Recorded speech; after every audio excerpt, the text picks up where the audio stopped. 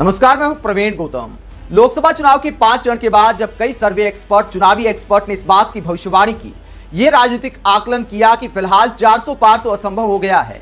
चर्चा अब इस बात की है कि बीजेपी अकेले दम पर 272 का आंकड़ा छू पाएगी या कम रह जाएगी।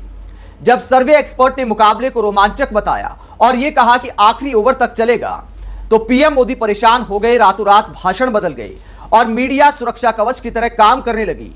और मीडिया ने एक फेवरेट मेहमान पकड़ लिया इंटरव्यू के लिए, और उन मेहमान का नाम है प्रशांत किशोर। क्योंकि हर टीवी इंटरव्यू में प्रशांत किशोर छाती ठोक कर यह दावा करते हैं कि बीजेपी की जीत निश्चित है। तो प्रशांत किशोर का यह बयान परसेप्शन बनाता है कि आएगा तो मोदी ही। और फिर पीएम मोदी चुनावी रैलियों में इस आधार पर वोट मांगते हैं कि देखिए, आएगा तो मोदी ही, मेरी ही सरकार बनने वाली है, तो आप अपना वोट खराब क्यों कर रहे हैं। कांग्रेस को पड़ने वाला एक भी वोट किसी काम का है क्या? कोई काम का है क्या? निरर्थक है कि नहीं है? निरर्थक है नहीं है? आपका वोट बेकार हो जाए, बर्बाद हो जाए, ये यहां का कोई मतदाता चाहेगा क्या? नहीं चाहेगा ना। और इसलिए आपका वोट उसको पड़ना चाहिए जिसको आप सरकार बनाने के लिए देना चाहते हैं, जिसकी सरकार बनने की गारंटी है। आप मुझे बताइए भाई, इस बार सच्चे दिल से बताना, मैं आया हूं इसलिए गप मत मारना। सच्चे दिल से बताओगे? सच्चे दिल से बताओगे? हाथ ऊपर करके बोलिए, सच्चे दिल से बताओगे? मुझे बताइए, इस चुनाव के बाद किसकी सरकार बनेगी? किसकी सरकार बनेगी? किसकी सरकार बनेगी? तो वोट बर्बाद होने देना चाहिए क्या? तो क्या प्रशांत किशोर का चुनावी इस्तेमाल किया जा रहा है या जानबूझकर प्रशांत किशोर अपना इस्तेमाल होने दे रहे हैं? कई चुनावी एक्सपर्ट ऐसे इंटरव्यू की बात देखकर कहते हैं कि प्रशांत किशोर एक तरह से इंटरव्यू देकर बीजेपी के लिए बैटिंग कर रहे हैं और लगातार बीजेपी की जीत की भविष्यवाणी कर रहे हैं, जबकि फील्ड में काम करने वाले जो लोग सर्वे कर रहे हैं, जो प्रोफेशनल तरीके से काम कर रहे हैं, प्रशांत किशोर फिलहाल कोई इस तरह का सर्वे नहीं कर रहे। प्रशांत किशोर अपनी राजनीति में जुटे हैं, उसके बावजूद प्रशांत किशोर घर बैठकर दावा करते हैं कि बीजेपी की जीत निश्चित है। वही प्रोफेशनल सर्वे एक्सपर्ट कहते हैं कि बीजेपी के लिए मुकाबला अब मुश्किल हो गया है, हो सकता है कि बहुमत बॉर्डर लाइन पर आए या फिर ना आ पाए। वही प्रशांत किशोर कहते हैं कि देखिए, पहले से ज्यादा सीटें आएंगी, यानी बीजेपी के लिए परसेप्शन बना रहे हैं और इसीलिए टीवी चैनल उनका लगातार इंटरव्यू कर रहे हैं। लेकिन करण थापर वाला इंटरव्यू प्रशांत किशोर को भारी पड़ गया और एक तरह से प्रशांत किशोर बुरी तरह एक्सपोज हो गए। प्रशांत किशोर बुद्धिजीवी टाइप के आदमी हैं, तो उन्हें शांति से लॉजिक के साथ जवाब देना चाहिए था। अगर प्रशांत किशोर पकड़े गए तो माफी मांग लेनी चाहिए थी, यह कह देना चाहिए था कि हो सकता है मैं गलत साबित हो गया। लेकिन प्रशांत किशोर ने क्या किया? जब करण थापर सवाल करते हैं कि आप छाती ठोककर दावा कर रहे हैं कि आएगी तो बीजेपी ही, लेकिन आपकी भविष्यवाणी तो पहले भी गलत साबित हुई है। करण थापर ने कहा कि आपने कहा था कि हिमाचल प्रदेश में कांग्रेस बुरी तरह हार जाएगी, लेकिन कांग्रेस तो हिमाचल प्रदेश में जीत गई। करण थापर के ऐसे सवाल को सुनकर प्रशांत किशोर बौखला गए। प्रशांत किशोर को गुस्सा आ गया और प्रशांत किशोर ने कहा कि आप इस तरह आरोप लगाकर भाग जाते हैं, लेकिन आपने मेरे ऊपर झूठा आरोप लगाया है। मैंने कभी नहीं बोला कि कांग्रेस हिमाचल में बुरी तरह हार जाएगी। आप मेरा वीडियो दिखाइए, मेरा बयान दिखाइए, या तो आप पत्रकारिता छोड़ दीजिए, या तो आप माफी मांगिए, या फिर मैं अपना काम छोड़ दूंगा। Show me the video. If you show me, I will quit the job, or you apologize publicly on the camera. तो प्रशांत किशोर जी, हम आपको दिखाते हैं कि आपने कब बोला था। ये आपका ट्वीट आप देख सकते हैं। उदयपुर चिंतन शिविर को लेकर आपने कटाक्ष किया था कि कांग्रेस को शायद तब होश आएगा जब हिमाचल प्रदेश और गुजरात में बुरी तरह हार जाएंगे। ये आपका ही ट्वीट है। तो वीडियो की बजाय ट्वीट भी किसी नेता का बयान होता है। आपके ट्विटर हैंडल पर लिखा गया है, आपने ही लिखा है। तो यह बयान दिखाता है कि आप पूरी तरह एक्सपोज हो गए हैं। और इसी बात को करण थापर लगातार इंटरव्यू में दोहराते रहे कि आपका ही बयान है, बहुत सारी वेबसाइट पर छपा है, आप वीडियो दिखाने के लिए इतनी जिद क्यों कर रहे हैं, जबकि कई मीडिया हाउस ने छापा। आप खबरें देख सकते हैं कि प्रशांत किशोर ने जब ट्वीट किया तो तमाम मीडिया हाउस ने छापा, कई टीवी चैनलों ने भी इस बात का जिक्र किया। लेकिन प्रशांत किशोर कहते हैं कि मेरे होठों से बोलता हुआ दिखाइए। तो क्या किसी आदमी का सोशल मीडिया अकाउंट उसका अपना नहीं होता है? अगर प्रशांत किशोर ईमानदार हैं तो आपको अब आगे इंटरव्यू देना बंद कर देना चाहिए, छाती ठोककर बोलना बंद कर देना चाहिए, क्योंकि आप पूरी तरह एक्सपोज हो गए। और आप करण थापर को कहते हैं कि आप भाग जाते हैं ऐसे आरोप लगाकर, मैं आपको भागने नहीं दूंगा, इस तरह चिल्लाने लगते हैं इंटरव्यू में। News publication is none of my business. What I say, show me that words. कायदा यह था कि अगर आपने बोला है, आपका आकलन गलत साबित हो गया, तो आप उस पर खेद प्रकट कर सकते थे कि कोई भी चुनावी एक्सपर्ट गलत साबित हो जाता है। बहुत सारे सर्वे एक्सपर्ट गलत साबित हो जाते हैं। हम जैसे भी बहुत सारे पत्रकार गलत साबित हो जाते हैं। इतिहास में कोई भी राजनीतिक आकलन में गलत साबित हो सकता है। इस बात पर खेद प्रकट करने में या ये स्वीकार करने में कोई संकोच नहीं होना चाहिए।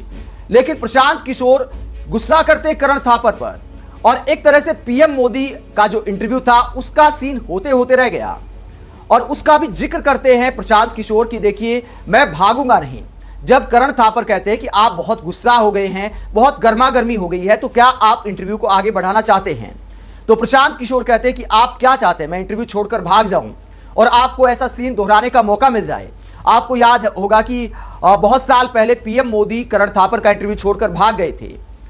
जब करण थापर ने तीखे सवाल किए, पीएम मोदी ने पानी पिया, उसके बाद कहा कि दोस्ती बनी रहे, और यह कहकर इंटरव्यू छोड़कर चले गए थे। तो प्रशांत किशोर ने कहा कि मैं आपको वो एडवांटेज नहीं लेने दूंगा, मैं आगे भी आपके सवालों का सामना करूंगा, क्योंकि आप इस बात का भी क्रेडिट लेंगे, आपका ऐसा इतिहास रहा है, आप ऐसे आरोप लगाकर भाग जाते हैं। यानी प्रशांत किशोर ने एक तरह से करण थापर को उस इंटरव्यू को लेकर भी नीचा दिखाने की कोशिश की। तो क्या करण थापर उस इंटरव्यू में गलत थे? प्रशांत किशोर क्या कहना चाहते हैं? प्रशांत किशोर एक तरफ कहते हैं कि बीजेपी बहुत गलत राजनीति कर रही है, खान पान पर भी कंट्रोल चाहती है, पीएम मोदी ने बिहार जैसे राज्यों के लिए कुछ नहीं किया है।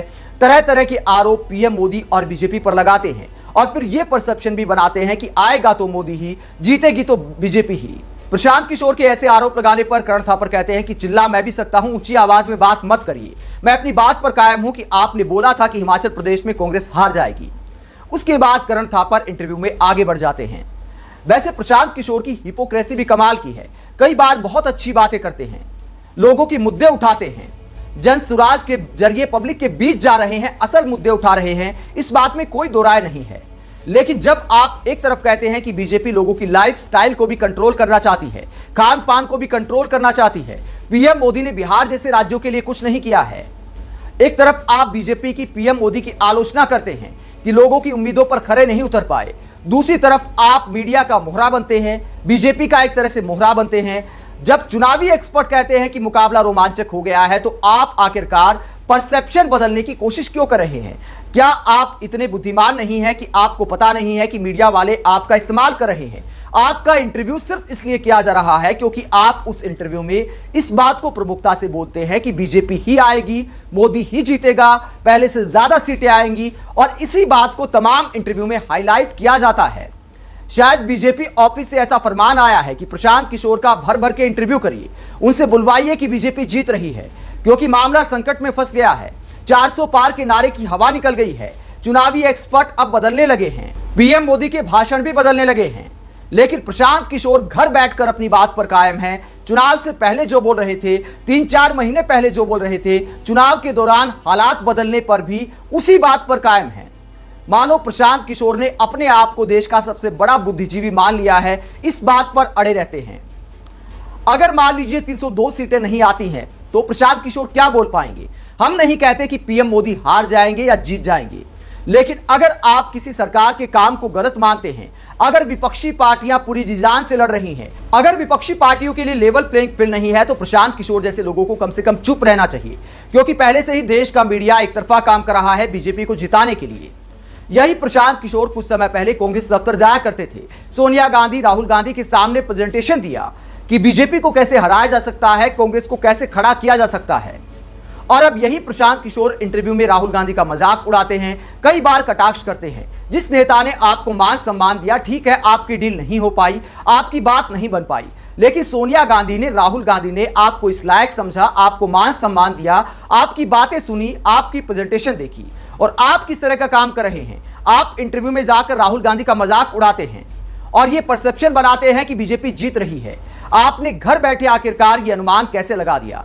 और कोई पत्रकार आईना दिखाता है, करण थापर आईना दिखाते हैं तो भड़क जाते हैं। अगर आप अपनी बात पर कायम हैं, तो ये ट्वीट देखकर आपको तुरंत क्या आपका काम नहीं छोड़ देना चाहिए, या फिर माफी मांगनी चाहिए कि मैंने गलत गुस्सा किया, करण थापर पर मुझे ऐसा गुस्सा नहीं करना चाहिए था। लेकिन पब्लिक इस इंटरव्यू को देखकर यही कह रही है, भले आप इंटरव्यू छोड़कर नहीं भागे, कि करण थापर ने पीएम मोदी के बाद प्रशांत किशोर को भी पानी पिला दिया।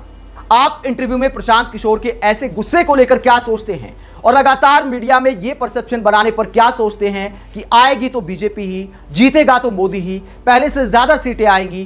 क्या यह बीजेपी का मोहरा बनने वाली बात नहीं है? कमेंट बॉक्स में अपनी राय जरूर दें। अगर आप हमारी पत्रकारिता को पसंद करते हैं तो थैंक्स के ऑप्शन का इस्तेमाल करें, वीडियो को लाइक करें, चैनल को सब्सक्राइब करें। नमस्कार।